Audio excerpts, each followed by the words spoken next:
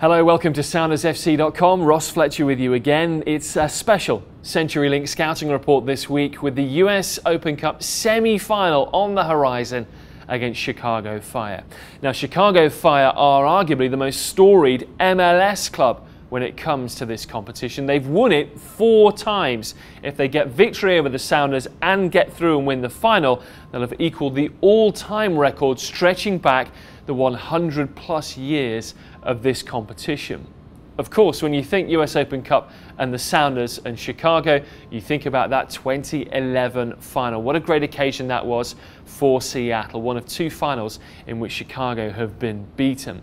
Their path to this semi-final has been fairly arduous. They had a weather-hit game against Pittsburgh Riverhounds in round 4. They were delayed for 2 hours before they actually called the game off at half-time. The pitch was unplayable, but Chicago were already in the lead. They then went on and advanced in the next round after extra time against Columbus Crew, and in the quarterfinals, a tricky quarterfinal victory over Atlanta Silverbacks of the second-tier NASL. They won 3-1 away but took their hits. Why? Because Mike McGee, their leading scorer and last year's MVP in MLS, was red-carded. So he's suspended for this one. Their key striker won't be able to play any part in the game. That is a big blow for Chicago Fire, because when Mike McGee is hitting form, he's a problem for every defence in Major League Soccer.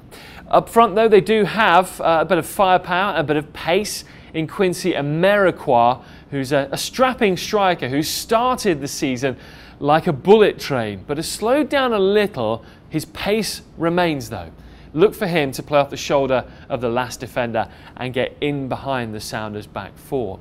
In midfield, Harry Shipp will be the creative force as ever. He scored 2 tremendous goals against Seattle in their league meeting at Toyota Park back in June. He really is a quality addition this year, and as a rookie, a definite Rookie of the Year contender. Look for him to thread balls, to cut in field, and to use his craft and imagination.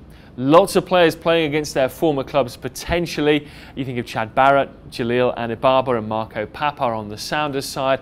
On the flip side, Will John Kennedy Hurtado, Patrick Iane, and even their new signing, Sana Nyasi, the Sounders hero in earlier US Open Cup finals, get the chance to play. If they do, there'll be plenty on the line, plenty of motivation for both sets of players.